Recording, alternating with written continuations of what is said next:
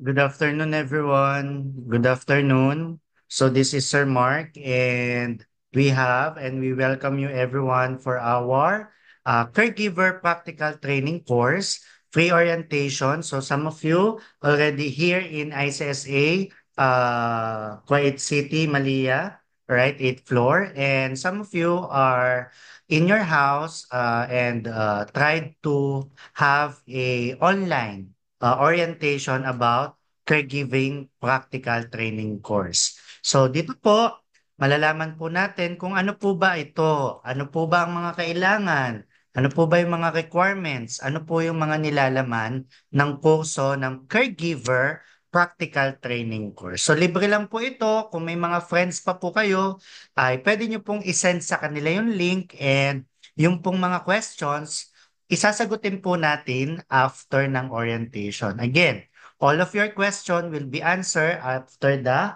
orientation. So meron po tayong mga kasama dito sa Kuwait City din and may yung iba po padating na. Alright? So again, our topic is Caregiver Practical Training Course, Free Orientation, Face-to-Face and Online. I will be asking you if you have your friends, okay? If you have your other, what do you call this? Other classmates or already have finished some of courses here in ISSA, so you can able to send them the link and the password. All right? And we can entertain you all. All right? So now, before to start, I have to um, introduce myself. So I am Sir Mark Kevin Diaco. So I am a registered nurse by profession. I started my career way back 2011. I am also a licensed professional teacher. So my major is major in biology. So I was able to have my experience from public hospital. All right. Consecutively, I'm also teaching in sa public school at DepEd San Pablo, Laguna. All right. Here in Kuwait, my experiences includes one of the hospital. All right. Here in Kuwait, it was Waro Hospital. All right. And I was able to have experience one of the clinic in Kaitan, which is Elite Medical Center. Currently, I am working in ICSA as full-time instructor for health and social care, AMCA reviewer, and for our new course, which is practical training course under CPD. All right. So now, after introducing myself, we will be identifying what or who is ICSA. So ICSA is well known for its different courses that it offers. We have computer-based courses, short skills courses, diploma courses. So you will be able to have choices kung ano po yung mga kailangan nyo or your targets. So as of recently, you followed our Facebook page. So ICSA Kuwait, and we also have branches in Dubai and also in Mahabula. All right. So as of the moment, you already interested, all right, in our one of the new course, which is practical training course. So you are spending your time, all right. You are giving your time because you are interested. So hopefully even you are busy, so hopefully you will be able to identify o malaman nyo yung ano ba yung mga nilalaman nitong caregiver training practical course. Okay? So si ICSA, matagal na po siya dito sa Kuwait, almost 20 years above, and we are giving our quality education. All right? So you can ask some of the students already finished the course. All right? So you can ask them. We cannot brag it because I am part of it, ISSA. You can ask your friends. Okay? However, it is a good news that ICSA is a partner of CPD office or CPD standard office. So our license number is 22650. All right. And it means that ICSA can give CPD certification. Mahalaga ba ito? Yes. Okay? Kapag po ang isang institute or isang school ay nakakapagbigay ng mga credible credentials and diploma and certificates, so credible po and there will be no scam. Okay? Wala pong scamming dito. Ibig sabihin po, credible po talaga siya. Alright? And again, this is already recorded. Naka-Facebook Live din po tayo. So that's why if you have hesitation, in Filipino, nagda-doubt ka po. So tanggalin na po natin yon. So we have to focus. Wala pong scamming. Alright? And these are the license. Okay? So next po tayo. So we are all welcoming all of you to identify content, okay, of our caregiver practical training course. So of course, again, as I said a while ago, sinabi ko po kanina, kung may mga friends pa po kayo, pwede nyo pong i-share yung link para makapanood din po sila. Alright? So we welcome you all. Okay? So as we start, we have to identify the different kinds of people in this world. All right? So we have four. First is a caregiver who have been caregiver. So yung mga lahat po tayo ay naging caregiver na. Ang tawag lang po sa atin ay informal caregiver. Imposible na hindi ka nag-alaga ng lola, kapatid, imposible na hindi ka nagpalit ng diaper ng kapatid mo o ng pinsan mo. Kung hindi ka man nagpalit, nagsubo ka man lang ng noodles o ng lugaw sa iyong mga kamag-anak. Okay? So na-try mo na yan na maging caregiver. O kaya may lagnat, there is fever. Okay? May fever po yung inyong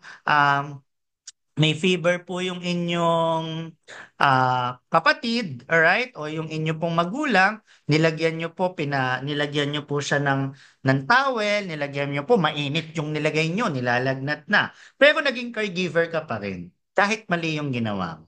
Okay? So yung pangalawa po, those who are currently caregiver. So what does it mean? Those who are currently caregiver. It means yung aking pong asawa, nurse din po siya.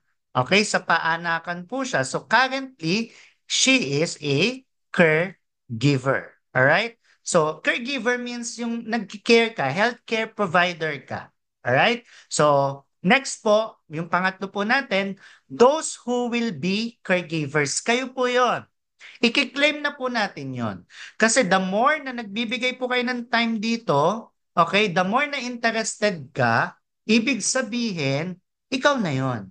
Mag-e-enroll ka na. Alright? Or, iniipon mo na yung pera mo para makabayad ka ng initial payment for enrollment. Okay? And lastly, those who will be caregivers. Those who will be caregivers. All right? And let's continue. Today, we will identify three main points. All right? Today, we will be identifying three main points. All right? In caregiver practical training course. Okay?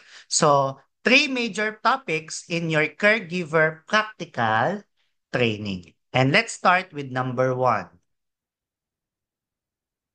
In number one of the basic content is your basic care skills. Alright? Basic care skills. Dito po, ano pong mangyayari? Mangyayari po dito, magkakaroon po tayo ng measuring your vital signs, one-on-one demonstration with full memorization without copying or looking at any papers. Of course, there will be exercises. There will be practice before the demonstration. All right? Before the demonstration. Okay? So we also have bed making. So soon, all right, we have the materials here. You will be able to see, all right, complete images in our Facebook page of our facilities soon kasi may mga dinadagdag pa po kami. Okay? So we also have the techniques in transferring patient from the bed to the chair or to the wheelchair, moving your from washroom or from bathroom to the bed. So there are different actual techniques in caregiving course. All right. Also, we have the wound dressing. So some of my students in health and social care already have experience, but they are all reading. They are reading, but in this course, you will not receive, sorry, but it will be strict in the skills. All right. So you have no reading materials during the demonstration. All right. And we have also the PPE or personal protective equipment. How you will put, which one you will put first, the gown or the mask, or the mask first or the gown? No, you are confused already. Okay. So which one you need to what? You need to start. Okay. Next, you also have the sterile techniques. You are assisting, you are protecting the patient from what? From infection. You are not allowed to mix up everything. All right? Those who already soiled, meaning in Filipino, yung madumi, may dugo na, idinikit mo ulit sa saan? Sa sugat. So we will be teaching you all those practical training on how to clean the wounds. All right? Of course, we will be using dummies. We are not in this practical course we will not give wounds to your to the student and we will clean that. Of course not. We are using the dummies. Okay? And lastly, we have brief, all right, short lessons about basic life support because this is very important in basic care skills. All right? So now we have to move on the second point. What is this? The second point is your elderly care. The second point is, or the second content of your practical training course in caregiver is elderly care. So it includes how you take care of patients who have diabetes, patient with dementia, patient with stroke, and what are the foods that they need to what? They need to take. All right. So as of the moment, my lessons in health and social care includes nutrition. But here in practical training course, I will be discussing to you which specific food, all right? How are the techniques? You will not play with elderly patient that, oh, this is the airplane. Oh, you will use that? Oh my God, you will be fired tomorrow. Huh? You are making the patient like a children. Okay? So of course, there are techniques. Dementia patient, they are just staring. In Filipino, nakatulala lang po ang mga yan. Kumain ka na, nakatulala pa rin po, mga kaibigan. Okay? So ikaw nainip ka, you get tired of waiting. And what will happen? Ah, you don't know the way on how to talk with patient with dementia, Alzheimer. All right. So we will teach you in our class. All right. Of course, I will be giving questions today and you will be confused because you didn't attend the class. All right. But you will be more interested if I will give you the question and you are confused how to answer, right? Okay. So in Filipino, syempre, babatuhin ko na kayo ng mga tanong. Babatuhin ko na kayo ng mga usual na ginagawa ng pasyente at ng caregiver. Okay? So nakaka-confuse, ano? Alright? So kapag pasok mo ng pinto, pagbukas mo ng pinto, may babatuhin ka na. You will be what? Babatuhin ka na ng unan. Kasi may mali kang nasabi sa pasyente mo. Magpasalamat tayo kung unan. Okay? Paano kung hindi? Alright? So, yan po, mga lessons po yan sa mga elderly care. Next po tayo, third points. Okay. Child care. So, dito po, identify po natin, more on lecture po ito. Pero may mga practical trainings din po ng kaunti. Pero more on lectures po ito kasi hindi naman tayo pwedeng magdala ng bata at ipag-practicalin po natin yung bata. Okay? Kasi baka magalit po kayo. Practical po, bakit may lecture? So may lecture po muna bago tayo mag-practical. Okay? So yun po talaga yon. So may lessons muna, may mga discussions, saka po tayo magpa-practical. Inside of childcare, dapat alam natin, sa mga pasyente, your patient is teenager. Ano ang focus ng teenager? Hello. Sir, sorry. Okay? What is the focus of your teenagers? So of course, their what? Their physical appearance. Their physical appearance. Ano po ang uunahin ng mga teenager? Yung pimples niya o yung sugat niyang maliit lang? Yung pimples niya po mga kaibigan. Teenager po yan eh. Alright?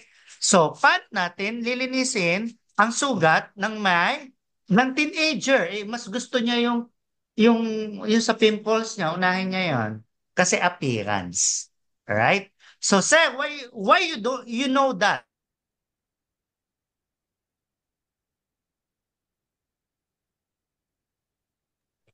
Alright? So, why you already know those things? Because we identify the developmental milestone of our children. Okay? Nalaman na ni Sir Mark dahil sa mga discussion na ang mga teenager, mas uunahin nila yung appearance nila. Pag po sila na aksidente, ano pong uunahin nila? Ah, pangit ko na. Hindi na nila iintindihin yung mga ibang complications. O paano naman kapag baby? Okay? So of course, we have to what? Sa baby, yung cry nila. Okay? So yung mga bagay na po na yon, ituturo po natin sa ating klase. Yan po yung mga expected na klase dito sa practical training course. Another one po, basic first aid and safety for children. Magkaiba po ang pagsi-CPR ng bata at ng matanda or adult or children. Kasi po pag baby, dinalawa mo yung kamay. Basag po yung chest ng pasyente, mga kaibigan. Okay? So, yun po ay tinuturo dito po sa ating klase. Dito po sa ating klase. Another one is effective communication with children. Baka sabihin niyo po sa pasyente, alright? Ito ay kagat lang ng langgam. Hindi po ito totoo yun. Nagsisinungaling po kayo. Pag sinabi niyo po yun at nasaktan talaga yung bata, ay, sinungaling tong caregiver na to. Kagat ng langgam. Oh.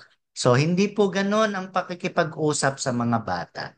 Alright? So, may mga technique po tayo at yun po yung mga pag-aaralan natin sa ating sa ating lecture and practical sa caregiver course. Alright? So, another one. So, let's continue. So, about caregiver training program, so it is comprehensive curriculum. It is with hands-on training and learning. So, may exercises po tayo bago kayo mag-demonstrate. Alright? So, start po ng lecture, then demonstrate. Start lecture, demonstrate. Some of my student in health and social care, Niya karon di ba? aha, Wala man siya na pero wait lang po. niya karon di ba?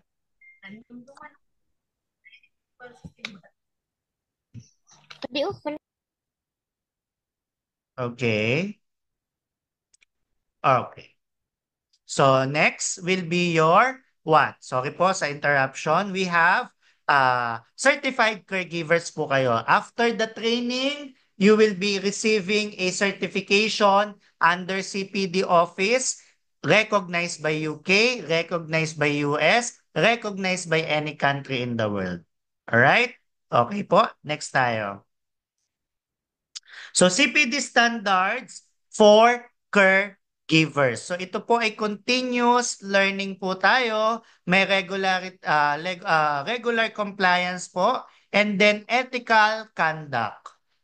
Okay? So magbi-BP ka ba sa pasyente tapos hinubadan mo yung damit?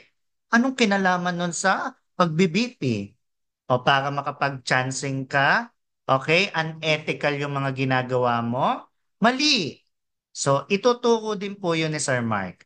Alright? And then, competence-based training. So sir, kagaya din po ba ito ng TESDA sa Philippines? Sa lahat po ng mga trainings ng caregiver, wala naman po itong pinagkaiba-iba.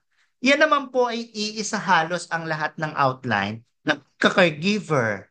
Okay, tao po ang hahawakan natin. Wala pong alien o kung anumang pare-parehas po tayo ng organ sa katawan. Wala naman pong yung ulo ay nasa kamay. Oh, pare-parehas lang po ang mangyayari. So, iba lang po yung approach. Alright? Pero, ang makukuha nyo po ay CPD, Certificate Approved by, from ICSA, approved by CPD. Alright? So, importance of continuous professional development. So, some of my students already graduated from level 4 and level 3 in health and social care. So, but they need papers more because the employer are looking for many certification. In Filipino, ang isa pong employer, sinong pipiliin mo? Yung dalawang certificate o yung limang certificate? Malamang kung ikaw ang employer, aba, ay madami itong tinraining. Di ba? So, hindi ko po sinasabi na damihan niyo po ng madaming-madami. Ang ibig ko lang po sabihin, if we put our shoe to the employer, so we will be able to what? Identify that it is really important to gain more skills to receive your target job. Right? Okay. Let's continue. What are the key principles of caregiving? We have compassion, respect, patience, and adaptability. Mag-a-adapt ka po. Hindi pwedeng ikaw ang mataas ang kilay doon. Ha? Hindi po pwedeng ikaw ang mataas ang kilay pagdating at bago ka pa lang. Alright? So, respect, patience. Again, this is always be forgotten by the what? By most of the of my previous student. Patience. You have to be patient of your patient for your patient. What does it mean? It is really important to identify and to put in our heart that we have to wait, patiently wait and wait. Pwede po ba natin sabihin sa pasyente natin na bilisan mo ang pagpupo, tutulog na ako? O, hindi po ganon. Wala pong ganon. Alright? Okay? So respect, compassion, ayan po ang mga kailangan natin. So what are the basic care skills? So nasabi na po to kanina, but this time, iniisa-isa po natin. We have bathing, oral care, nail care, hair care, and skin care. So dito po, hindi po Korean skincare tayo, mga kaibigan. Okay? Pero doon po tayo sa mga old patients. So meron po tayong mga demonstration dyan, pero wala po tayong oral care. Hindi po maganda na sisipilyohan niyo po ako at nagde-demo kayo. Ano? Ako po yung ano niyo, pasyente niyo. Wala na po tayong oral care pero ituturo ko. I will be teaching you that. Okay? So, next tayo. Basic care skills. So, feeding, nutrition, we will be assessing malnutrition ba yung pasyente, preparing the meals. Sir, akala ko po may mga dietitians na, may mga nutritionist na po. Dahil nagtitipid yung employer mo, baka ikaw na rin yung. Kaya dapat alam mo din. Alright? And then, monitor intake and output, assisting them to eat. Okay, baka isinusubo mo, wala namang ngipin, di mo kinabit yung postiso, yung dentures, tinanggal mo, ibinabad mo sa bleach. O yan, yan yung mga problema ng mga caregiver na hindi nakapag-practical training. Alright? Yung iba naman, mataas na yung mga trainings nila. Meron na silang practical trainings, pero kailangan nila ng certificate to make them formal. All right? Formal executor of caregiving activities. All right? So basic care skills include also the mobility and transfer. Mobility and transfer, proper lifting, bed wheelchair, wheelchair to chair, and toilet transfer. And we are preventing fall. We are preventing fall. Iiwasan po nating mahulog ang pasyente kahit saan man. Doon man sa toilet, sa kama, o sa wheelchair. Alright? And let's continue. How about in elderly care? How about in elderly care? So in elderly care, understanding their aging process. So baka, sige po, bilisan niyo na po ang paglalakad. Matanda po yun. May arthritis pa. Sinigawan mo po, mga kaibigan. Alright? So, do not stress them. Alright? Yung iba po, sumisigaw. Sinisigawan po ang pasyente. Bingi ka! Bingi ka! Oh, Siyempre, sasagot ang pasyente, hindi ako bingi. Okay? I'm not what? Yung pong mga bingi na pasyente, sasabihin po talaga nila, hindi sila bingi. Ikaw nakikipagtalo ka sa pasyente. Tomorrow, ano ka na? Tanggal ka na po sa trabaho. Okay? So, kailangan i-identify po natin yung physical changes ng mga tumatanda na, yung heart nila, yung mga nerves nila, their behavior, their mobility, their emotional changes. Umiiyak ang pasyente, hindi ako dinalaw ng anak ko. Yan. Yan po yung mga problema ng mga matatanda. Hindi na po sila dinalaw or their relatives did not come for visitation day. And they will be depressed. They are depressed. And what you will say? Arte mo ang OA mo. Yun. Yun yung mga hindi nakapag-aral na proper therapeutic communication. Okay? So let's continue. We have elderly care, common health conditions. So what are those? Yung pag-iisip po nila, cognition decline. Their mobility issues, bumabagal na po. Chronic diseases, it includes diabetes, COPD, asthma.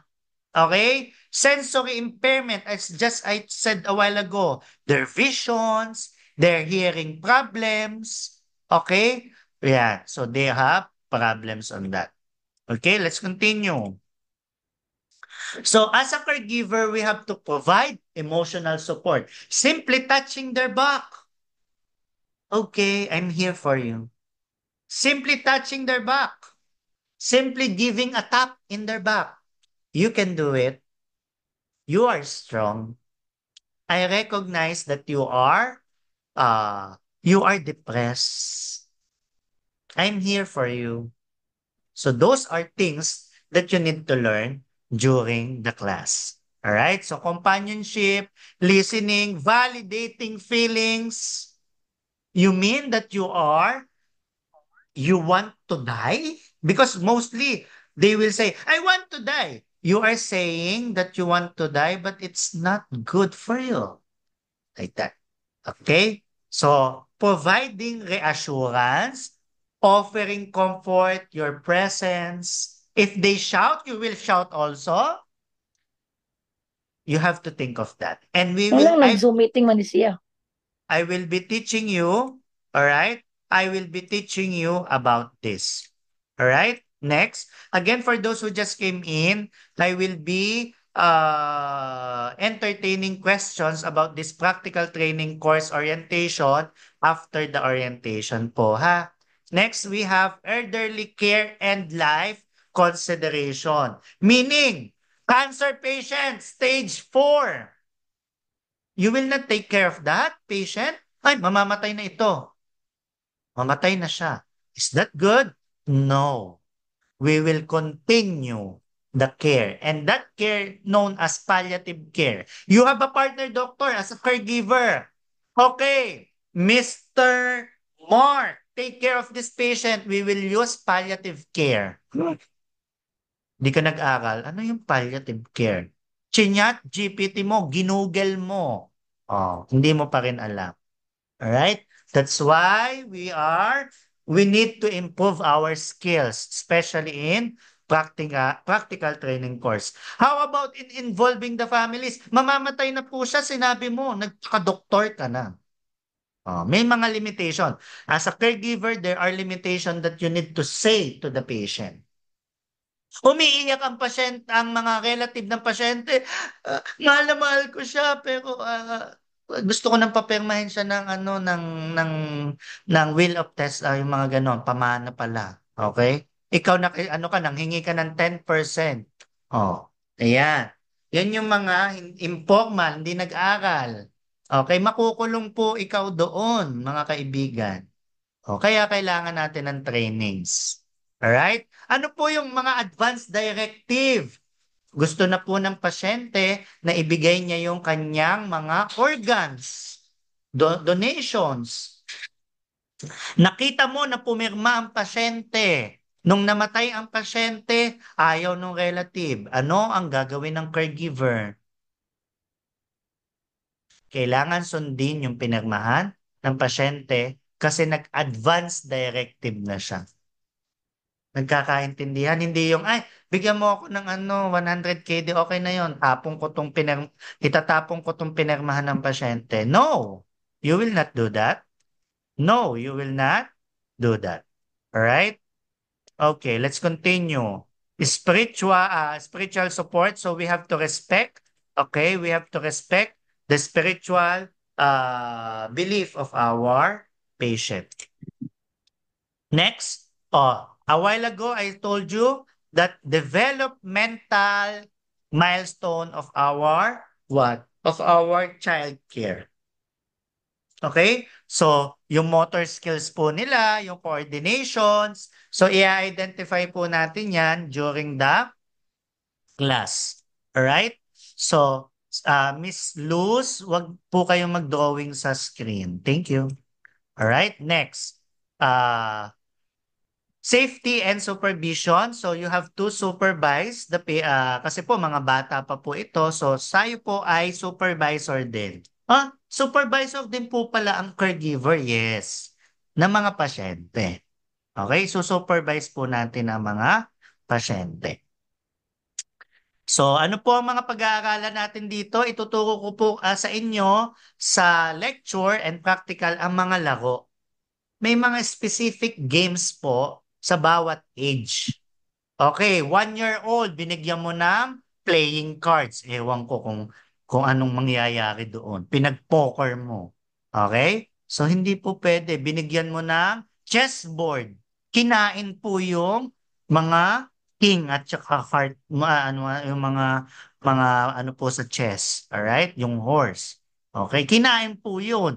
Nalason po yung pasyente nyo kasi made in China po yung chessboard nyo. Okay? So, hindi po pwede. So, ituturo po natin ang mga proper game, storytelling, role-playing sa mga patient natin. So, mga ethical consideration, lalo na po baka ikaw ay nagiging, you just want to respect and give care to your patient. Pero ang mangyari, namolestya mo na pala yung pasyente. Lalo na ang lalaking caregiver, alright? So, dahil pasyente mo bata na babae, so hindi mo binigyan ng fairness, hindi ka naging maingat sa mga ginagawa mo, pwede ka pong makasuhan. So, ituturo po din natin yung mga paraan on how you will protect yourself from any lawsuits, mga kaso. Alright? So it includes respect and autonomy, fair and justice, ethical decision making, and beneficence. Alright? So beneficence po, act of giving well-being and minimizing the harm for our patient. And lastly, napakahalaga po nito, ang inyo pong communication strategy with our clients. Magkakaroon po tayo ng demonstration on how to talk to a patient in actual situation. Ako po ang pasyente, ako po ang nakaupo sa wheelchair. Hindi naman po ako huhubaran. Okay, hindi niyo po ako sisipilyuhan. Ako po ay kung pasyente niyo at kakausapin po kayo. Ako po yung gagawin ko pong masama yung ugali ng pasyente para maranasan niyo po yung totoong sitwasyon kapag po kayo ay nandoon na sa real situation that as a caregiver. Alright? So building trust, clear instructions. So kung mag-BBP ka po at mali yung instruction mo, so magkakamali din po yung buong procedures nyo. So you have to develop dialogue or respectful dialogue. Non-verbal cues. Ganito po ang ginawa nyo. Oh, ganyan. Oh. Ayaw magpabipig, gumanon ka. Gusto mo siyang patayin. Tama ba yon? Oh. Diyan ang maganda. Yan yung mga hindi nag-aral.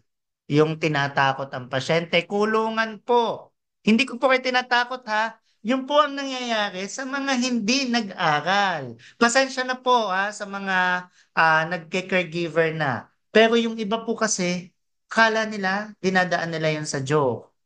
Okay? So wala pong joke sa healthcare. Okay, lahat po ng ginagawa nyo, recorded yan. Alright? So let's continue. Recognizing, addressing burnout. So ang caregiver po, focus stress po. Ang caregiver po, 12 hours ang duty. Yung iba po, nagta 24 hours pa kung stay in po kayo. So ituturo ko po kung paano kayo matanggalan ng stress. Miss Mariluz, nagdo-drawing ka po sa screen, please. Thank you. All right? Okay. So, time management. So, tuturuan ko kayo kasi kung para makatipid kayo ng oras, hindi yung pabalik-balik kayo sa pasyente. Nilinis mo yung paa, nilinis mo naman yung mukha. Ay, ewan ko sa'yo kung anong gagawin ko sa'yo. O pag-aaralan po natin yon sa practical. Okay? So, seeking support, alright? And many more. So next po tayo, self-care for caregivers. Hindi po dahil caregiver ka, dapat wala ka ng kagandahan o kapugian or your beauty in yourself. Inaalagaan po natin yan. Alright? Aalagaan po natin.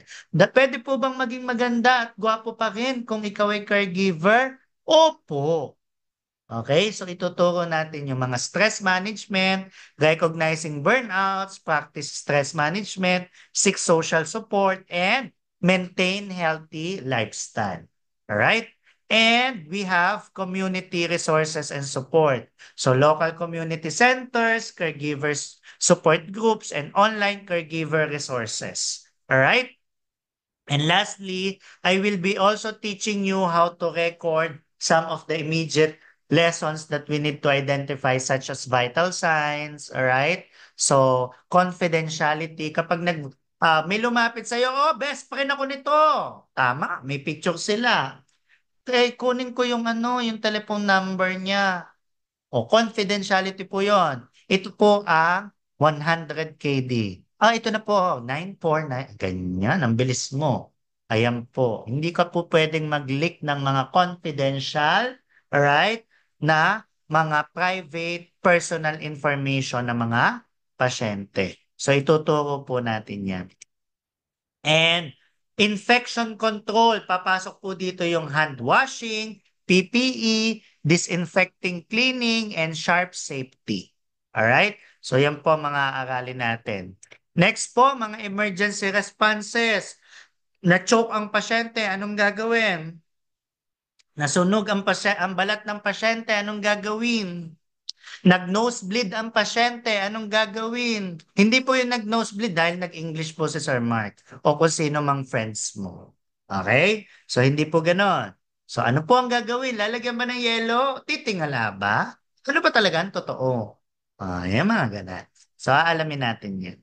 Okay? So, continue education opportunities, yes. Again, sinabi ko po sa inyong lahat, nasa Zoom at nasa face-to-face orientation. Ang pagbibigay nyo ng panahon para makinig dito ay isang indikasyon. It is an indication that you are interested. Yes, I can identify that probably you have problems financially. But the more you are giving yourself, all right? Giving yourself, not only for your family, not only for our family, I also have my family, but you are giving it to yourself. All right? Continuous education and opportunity. You have to set your goals. You have to create your timeline. Later on, all of our admin will ask you whether if it is 3 months or 5 months. Alright? So later po yon. Tatanungin po nila kayo. You have to seek for opportunities. Mataas po ba ang opportunity ng mga nag-enroll na or may mga paper for caregivers? Yes na yes. Okay, hindi po 'yan magiging in-demand course kung hindi po talaga siya demand. Alright? So, yung mga demands po niyan, so as of the moment, alam ko po, kapag nagpunta kayo sa Canada, meron po kayong kailangan ng mga papers and supporting papers and units, certain units, and pagkadating nyo po doon, kapag ang papel nyo, ang application nyo ay caregiver, ano pong mangyayari? Diretso po kayong PR. Yan po ang batas. Sir, maproblema na po sa Canada. Marami pong bansa. Example ko lang po iyon. Depende po yun sa mga target ninyo. Alright? So for our closing remarks and question and answer, so mamaya po i-ready nyo po yon. Pero again, ang ating pong mga major topics are basic care skills, elderly care, and child care. Turuan ko po natin kayo for basic vital signs. All right, PPE, those are the demonstrations again. All right, of course, taking vital signs properly. And I want to share it to you. Don't let anybody tell you you are ever past your prime. Meaning, kahit ano pong edad natin, hindi po hadlang ang edad natin para makuha natin yung ating kinakamit na pangarap. So si Michelle Yeoh po yan. So matagal po ang hinintay niya. May discrimination, may stigma, may racism po sa Oscar. Pero dumating ang panahon na naging patas din naman sila. Asian, bihira yung maging Best Actress. Pero ngayon po, natanggap na niya yan. Alright? So, hindi po dahil mag-aartista tayo. I-apply po natin yon na tayo po ay may edad man, yung pong goal natin ay mas mababago pa rin natin. Okay? So, mas maganda nga po yun eh. Focus talaga tayo kasi nung bata-bata tayo, kaliwali. Di ba? Pero ngayon, mas focus tayo sa ating goal. Alright, so I will be calling Miss Lynn or Miss Rachel to answer the question of our students. So you can start sending your questions or put the raise hand, alright? Sorry, for this orientation. So Miss Rachel, Miss Lynn, take the floor. Hello, good afternoon everyone. There is in puro Tagalog naman tayo, no? Puro Filipino naman. Or there is other nationalities that are joining right now in our orientation. Okay, so if you have questions, Miss Maria or one of our student consultant will be answering your question in the chat box. But if you're free, if you think you could unmute your mic, you can unmute your mic, but then please raise the hand or click the raise hand in the bottom down on your screen. So at least we can recognize if you those who have a question. Okay? Pwede kayong magtanong, ha? Meron ba mga katanungan sa ating mga participants? Mama Donna, yes po, you can unmute your mic, ma'am. Hello, good afternoon, Ma'am Lynn. Ma'am Lynn, katulad po sa akin, yung once a month lang po ang day off. Good Ano po yun? afternoon. Mm. Eto, for practical training course natin is kailangan nasa klase talaga kayo and once a week. So meaning 4 times a month kailangan nasa klase talaga kayo, ha? Kasi hindi natin to siya malalagay or it will not be available both sa face-to-face at online. Face-to-face lang talaga siya. Kasi yung klase na to is practical training talaga, kumbaga hands-on activity and demonstration. Okay, so ang mangyayari niyan, I will advise you na yun, magpaalam ka sa employer mo na yun, kailangan mong, kung papayagan ka nila na mag-attend for once a week class. 2 hours lang naman siya. 2 hours training lang naman siya. So after the training, then balik ka na agad sa trabaho mo. Yun is kailangan mong pakiusapan yung employer mo. Okay? Kasi we advise here at least for the whole class, kailangan nandun kayo physically naka-attend sa klase. Okay? Kasi kapag may na-miss kayong lesson, it's a big ano na, big tawag niyan, topic na na-miss ninyo. Okay po, Okay? Ma'am Lynn. Okay po. Sige. Thank you po. Welcome. Try mo lang magpapaalam if in case payagan ka nila. Okay? Any other questions sa ating mga participants? Ma'am, you can put down your raise hand, ha, Ma'am Madonna. Yes, dear, I cannot read the characters on your name. Yes, you can unmute your mic. Yes, hi ma'am. Good afternoon. Good afternoon. Ma'am, I would like to ask regarding for the is it okay if I will ask regarding for the payment, ma'am? Opo. Kabayan po, tama? Yes po. Okay. So, eto, Oh, yung payment niya. I'll just share screen. yeah. Actually, ma'am, naka-indicate po kasi sa akin is 1 year, or so 18 months. And then, gusto ko sana siyang Okay. gawin, So, yes ah, po. gawin ko siya Mm. sanang 9 months. Then, it's okay, ma'am, di ba every month po siyang binabayaran. Monthly siya binabayaran. So, Mm. instead of 75 po yung binabayaran ko monthly, yung, for Mm. example, 15 days, kalahati, then the other month is kalahati. Okay lang po ba yan? Okay. So, I'll be assuming na estudyante ka na ng Health and Social Care sa isa sa course natin, which is diploma course. Yes po. So, yes, pwede naman as long as within that month is nabuo mo yung monthly fees mo. Okay? Mm, Possible naman yan. Basta as long as yung isang buong, like for example, you're paying monthly fees of 75 KD. So, yung 75 KD na yon kailangan mo siyang buuin sa isang buwan. Like for one. example, as Mhm. you have suggested is, 15 days, nagbayad ka ng half nito, tapos after 15 days, babayaran mo yung half Similar na. na remaining amount. Yes, pwede naman yan. Pwede naman po. Okay, yes po. Okay. So this is the course fee for our caregiver. Caregiver which is practical training course, ha? Practical training course siya. Hindi siya yung diploma course which is yung health and social care natin under UK diploma. Okay? So kung makikita nyo dito, yung requirements niya, hindi tayo nagre-require of any background or any previous school credential. So dito, kailangan lang natin is yung civil ID copy, photo, and duly filled up registration form.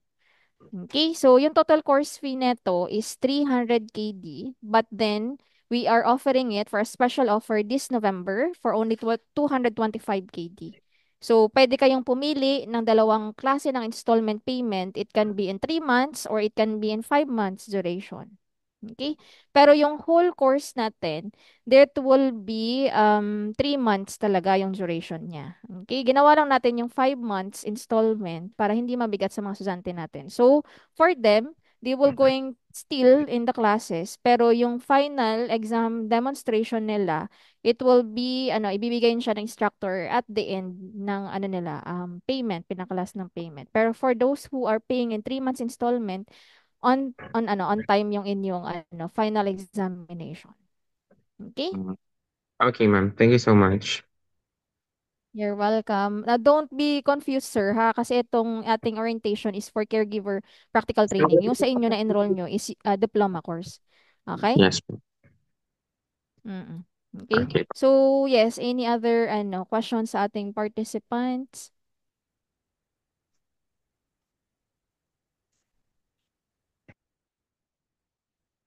Yes, Miss Anne, I'm sorry about that. That's why I was asking earlier if most of our participants are on Filipino. So yeah, thank you for informing us. Okay, there are other nationalities in our orientation. Okay. So this one, if you have any questions, you can chat in the chat box or you can unmute your mic.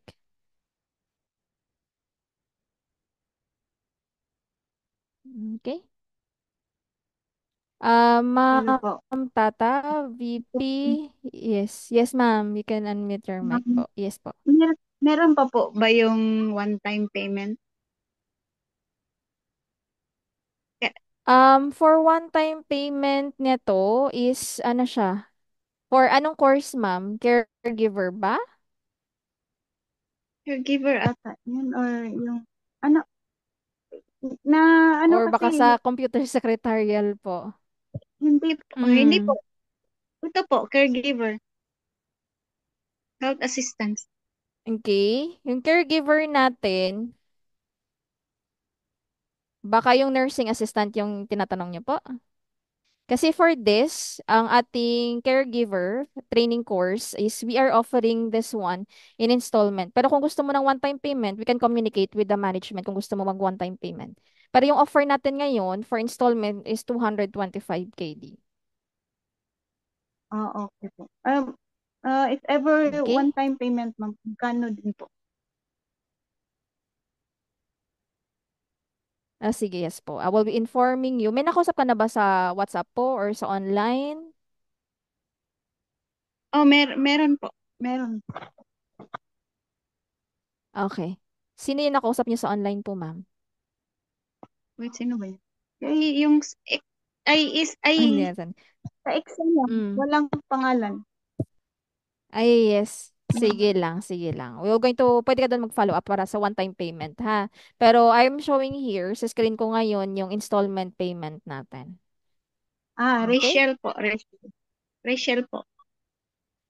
Si Miss Rachel. Opo, opo.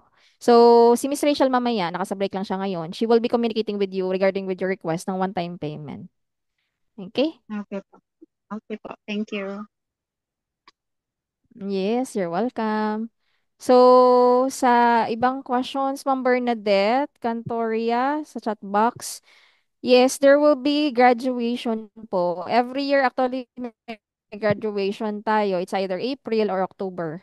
Okay, dalawang graduation tayo yung ginaganap natin each year. So, that would be April and October graduation. Kung naka-check ka ng ano namin ng Facebook page, we had graduation last month, October 19. So, yun yung grand graduation natin. Yes po, kahit yung Mahabola branch natin, it is a one graduation dito sa ICSA. So, merge yun, Kuwait City and Mahabola branch. Okay? So, kung gusto mo mag-graduate, simulan mo muna mag-enroll at mag-aral. Okay? Kasi at the end of the course, there would be some recognition and graduation. Okay? So, sa mga participants natin, you can screenshot this offer. Then, kapag nag-enroll kayo, you can show it sa makakausap ninyo na student consultant natin online. Okay? So, pwede na kayong mag-screenshot neto. I'll be switching off the share screen. Done? Okay, so any other questions sa mga manonood? Because some of you naman is may trabaho pa and some of other students here are students in health and social care. May klase yung Saturday batch natin. So, yun, we are hoping to see you in the class. So, meron tayong new batch of Saturday for this caregiver course na mag-start na this coming first week of December. So, every Saturday, 2 p.m. to 4 p.m. Okay, meron din Hello po. tayong Friday batch, which is 8 a.m. to 10 a.m. yung klase natin. Yes. Okay.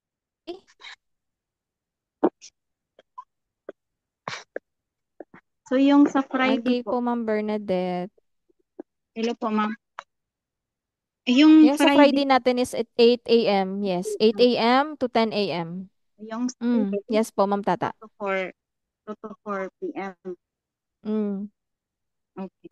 Pag Sige po, thank Saturday, 2 p.m. to 4 p.m. Pag Friday, it is 8 a.m. to 10 a.m. yung klase. So, kumbaga umaga si Friday. Pero mas mauna yung si Saturday batch natin, ha? you. Ito Ma'am Judith, I will going to explain again ha. Kasi ito is once a week class talaga siya na practical training. So we suggest and we also informing sa ating incoming students that you will be attending a once a week hands-on practical training. So you need to be in the class 4 times a month talaga. Okay, because it's a practical training. Because if you were going to attend once a month, there would be a lot of topics that you cannot attend. So kumbaga, it's a big topics that you have missed already. So this is a practical training. It's not available for online like this. Okay, because you will going to demonstrate how to handle elderly, how to transfer the patient from bed to wheelchair, how to assist them. There will be some other topics pa, which is more of this, or 95% of the topic is hands-on practical training. Okay?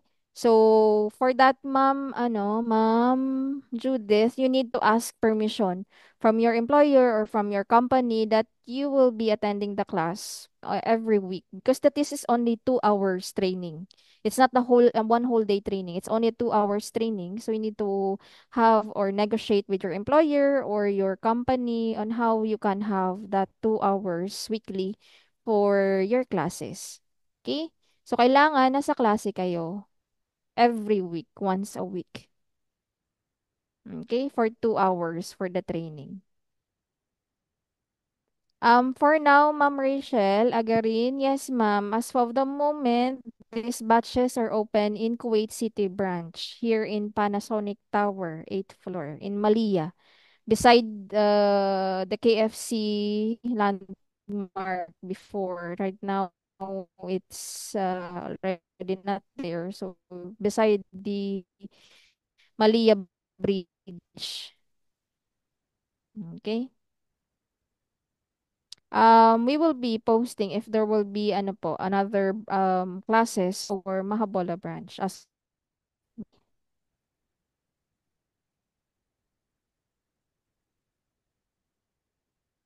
any other questions from our participants before we will going to end the Zoom meeting because I don't want to take much of your time kasi alam ko naman yung iba is nagtatrabaho at may ano pa, may ibang appointment. You're welcome po, Ma'am Rachel. Okay? So, yon. So, it's a sign to see you here in our orientation. So, hope to see you in the class this coming first week of December. So, I'm guess yung iba is inquire na minute to, to make a decision for yourself to improve your skills. Okay? So, I always reminding our students or inquiries to please invest in skills and also learning habang nasa abroad. Kasi kapag nasa Pilipinas na tayo, our income, naman ang hirap sabay sa Pilipinas, it will be on our personal expenses na hindi na tayo makapag-have the chance to improve ourselves for a lot of skills. Kasi yung mga skills na yun, it can be your keys na yun mag-transfer sa ibang bansa or even start a business in the Philippines, kayo sa Pilipinas. That would be the actually this na mention the also the key ano yun talagang yun talaga yung focus ni ISC is to help at mga OFW to realize the importance of continue learning and also invest in huwag kang puro shopping.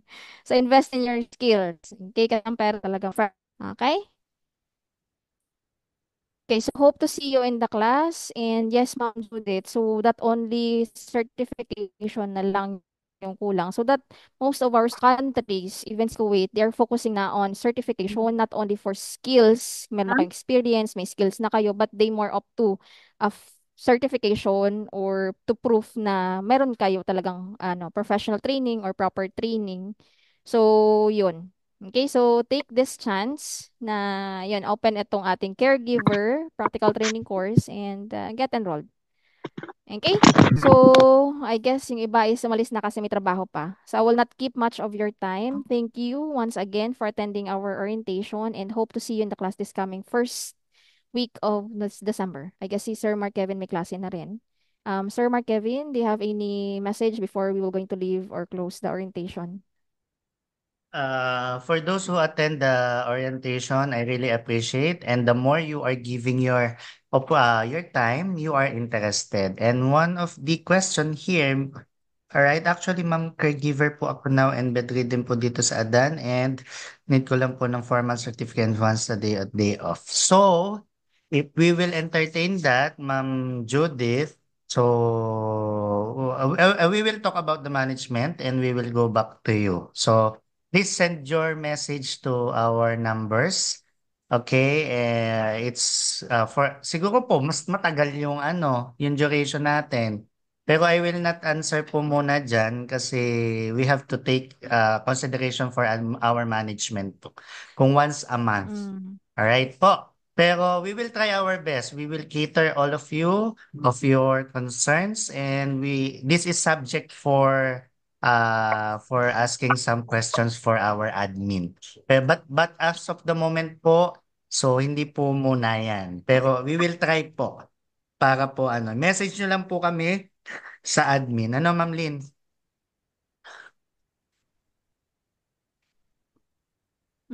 Yes, we are focusing right now for shorter duration ng 3 months to 5 months duration. Kasi kapag magwa once a month ka, it will be another separate lecture lang sa mga once a month na class. So, yan po, Okay? sabi po So, ni Ma'am Lynn. kailangan talaga, Yan. ma'am, kapag ito lang yung offer natin sa as of the moment. But we will be trying, to inform you if ever available para sa mga kababayan natin na merong once a month na off. We will try our best. Okay? Yes, ICSA and the whole admin will try our best. If madami po kayo na nagwa-once a month lang talaga, and dumami po yung batch natin, so we will try. So, keep updated lang po tayo. Huwag po kayong mawala ng pag-asa, Ma'am Judith. So, ayusin po namin yan. Pagmimitingan po namin. Yes. So, yan. Thank you once again for attending our orientation and yan ulit. Hope to see you in the class. Thank you, ma'am. Thank you, everyone. Okay, bye po.